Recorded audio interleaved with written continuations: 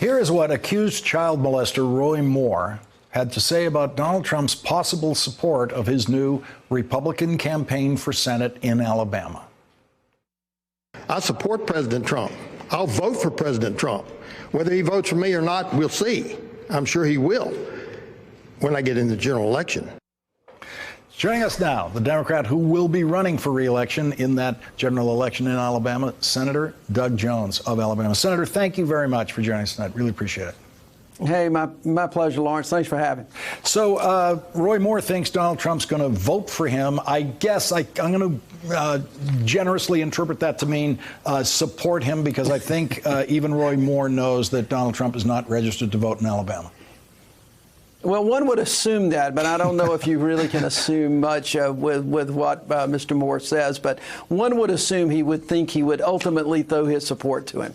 And if it got down to a general election, if he survives the Republican primaries, which he will have a very strong chance of doing, just like he did last time, do you believe Donald Trump will once again be standing in front of rally audiences saying, you got to vote for Roy Moore? Well, you know, I think he probably would. I mean, at this point, he did it the last time, and coming on the heels of those allegations. So I think he probably would do that. I mean, I think Judge Moore's got to, you know, he's got to get through a tough primary. I mean, you know, Senator McConnell is going to throw a ton of money at this race. I mean, he's made it very clear he's going to throw as much money as probably that'll rival the Defense Department budget that we've got for coming up in the next year. So it's going to be a tough race. It's going to be an absolutely divisive, expensive race over there. It ought to be very interesting to watch. But ultimately, you know, I think what we saw in the last election was ultimately the president put his party before dignity and civility and respect. And so I would probably expect him to do that again. The difference will be I wouldn't expect Donald Trump to be in Alabama very much in the last, you know, 30, 60 days of the campaign. If he's in Alabama, he's going to be in real trouble nationwide. Let's listen to what Roy Moore said about why he's decided to run for Senate once again. Your reputation went through a lot in 2017. Why subject you and your family to that again? Well, that's part of what I believe about God. I prayed for God's will. I got it. And sometimes, you know, God means you to suffer, as did his son. And so that's, you know, I believe it was just part of God's will. Senator, he believes his campaign is God's will. Well, that's okay for him to believe that. There's probably a lot of people that believe that the last time that God voted for Doug. We'll see how this goes this time. I mean, you can't base your campaign on just simply divine intervention. You got to get out there and work. You got to be out there and try to give people, you know, some respect, some dignity. You know, Roy Moore tried to do that the last time, and the people of Alabama rejected that. They wanted something different. They didn't want to throw back from the past.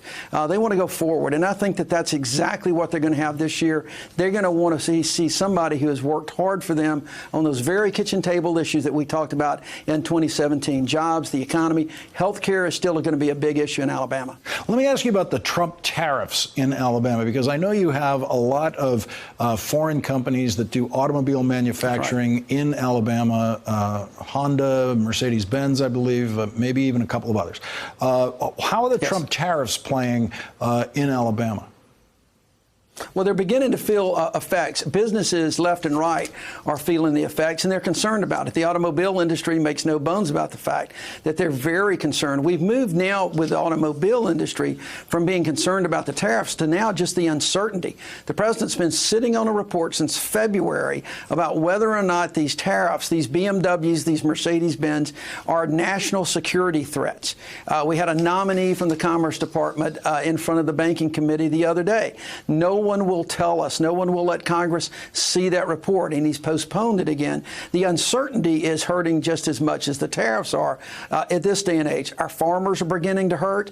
The threatened tariffs with Mexico the other day, when we were talking about mixing tariffs and trade with immigration policy, had a lot of businesses in Alabama very, very concerned, and they're certainly relieved now that those tariffs are not on there. But when the president says they're still on the table, that makes for some very unsettling business decisions that have to be made going forward. Credit decisions, you name it. Alabama's an exporting state. We depend a lot on trade, and something this needs to get over with quickly. And I'd like to see more people on the other side of the aisle speaking out about this, because this trade war with China needs to end. What will be your number one issue in this campaign, and what do you think Roy Moore's number one issue will be? Well, apparently Roy is just nothing but religion. That's all he's ever really run on, was his religion, and that's fine if that's what all he wants to run on. But the fact is, you know, I think generally I would say that the number one issue right now in Alabama is still health care. Alabama is still a pretty unhealthy state. We're a poor state. Alabama did not expand Medicaid when they had the opportunity to do it, and I've been trying to preach that left and right. It would bring in billions of dollars to the state. It would get health care to about 360,000 additional people. It would be a huge boon for the economy. And Senator Warner and I have a bill right now that would allow states to get that 3 years of 100% reimbursement. People are concerned about where the Affordable Care Act is. The president and the administration, the Republicans, are trying to dismantle it. We've got the lawsuit pending in Texas that oral arguments are coming on. People with pre-existing conditions in Alabama, and that's probably close to 1 million people under the age of 65, are very concerned about what's going to happen if the ACA is ruled unconstitutional. So health care and the ability to have rural health care is a driving issue in Alabama. People are losing their rural health care facilities left and right. Senator Doug Jones gets the last word tonight. Thank you for joining us, Senator. Really appreciate it. Thanks for checking out our YouTube channel. Subscribe by clicking on the button below for more from The Last Word and the rest of MSNBC.